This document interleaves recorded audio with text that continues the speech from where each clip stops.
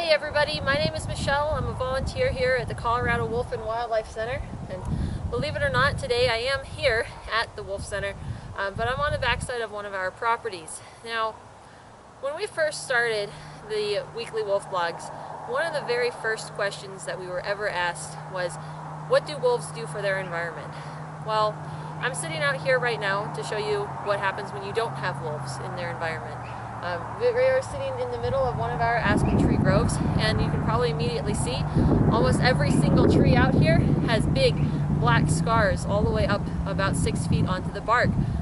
All of these scars are caused by elk. Colorado has over 300,000 elk. We have the biggest elk herd out of any of the states in the lower 48. Unfortunately, we have not had a single wolf living within our state since 1945, and our ecosystem is suffering tremendously. So to really talk about how wolves affect their ecosystem, I could sit here and I could show you the inside of the wolf enclosures where the elk have been blocked out from fences, or we would have to travel somewhere where there are wolves. And so today we are out here in Yellowstone National Park.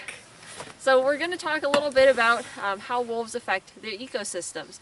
Now, one thing that was really exciting is we actually just saw the Lamar Canyon pack right up over the ridge over here. Unfortunately, we couldn't even see them very well through a giant spotting scope, so probably won't see them on the video. There were at least 4 black ones, and then we had 2 gray ones.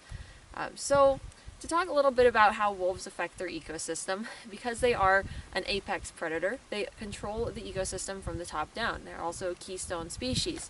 So one thing that we noticed as soon as they reintroduced wolves into Yellowstone National Park is that they started to break up these giant unnatural elk herds into much smaller herds that moved around more naturally. And Michelle, how many elk have we seen since we've been here? At least 200. At least. At least. I mean, they're in our neighborhoods, they're in the roads, they're up on the hills. They're definitely not being decimated at the numbers that people are saying they're being decimated at. And from what I see, they look pretty healthy. They don't look naturally skinny. They have a lot of resources to graze upon because the wolves have returned to the area. Yep, so with more wolves in the ecosystem, we actually have the elk breaking up into smaller groups, and they stay healthier because since they are in smaller groups, they don't eat nearly as much grass down in all the same areas.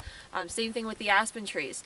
Now, over 80% of aspen and willow trees will survive to reach their adult life cycle, whereas only 20% would survive previously before the wolves were reintroduced. So wolves are very, very important for that reason, but also because they do control these elk populations and keep them moving around from place to place in smaller groups. The animals are able to use the ecosystem much more efficiently. So with the elk broken up, it allows for greater growth, which allows for animals like beavers to move back into the park. Once the beavers came back, we saw them build dams. They slowed the rivers. They allowed the rivers to cool down. There's more growth, less erosion. And so overall, once the beavers were back, there were songbirds, reptiles, fish, amphibians. Over 350 other species came back here after the wolves were reintroduced. So they do play a very vital role in our ecosystems, and unfortunately is something that we don't have in Colorado.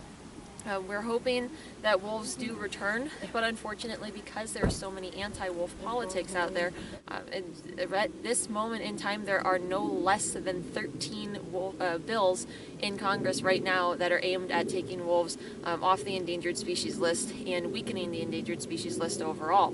So it doesn't look like a great future for them. Thankfully, the animals in the park itself here are safe, but that's not going to help in the long run. It's just going to create what's called an island population, so it's not good for them, and of course it's not good for our ecosystems.